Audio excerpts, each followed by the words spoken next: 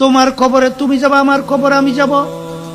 তোমার কবরের প্রশ্নের উত্তর তুমি দিবে, আমার কবরের প্রশ্নের উত্তর আমি দেব।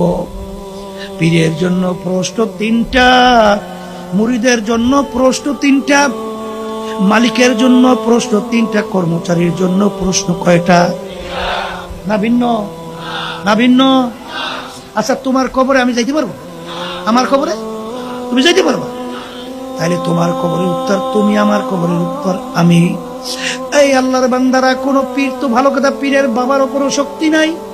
কেউ কাউকে নাজাত করে জান্নাতের ব্যবস্থা করতে পারবে? যদি পারতই আল্লাহর রাসূল সাল্লাল্লাহু আলাইহি ওয়াসাল্লামের চেয়ে বড় পীর ওলি গাউস কুতুব দুনিয়া থেকে আসেও নাই, আসবেও না। আসছে? আল্লাহর হাবিব দুনিয়া থাকা অবস্থায় তার কলিজার টুকরা সন্তান ফাতেমা রাদিয়াল্লাহু তাআলা আনহা তাকে ইঙ্গিত করে বলছিলেন, ইয়া ফাতেমা তু আনকিজি নাফসাকি মিনান নার। এই ফাতেমা রে,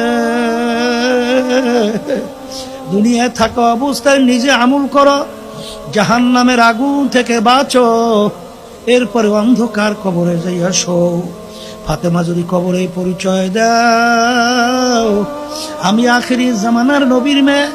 আল্লাহ রাসূল সাল্লাল্লাহু আলাইহি ওয়াসাল্লাম বলেন, ফাতেমা রে, এই পরিচয় কবরে কোনো কাজ হবে না।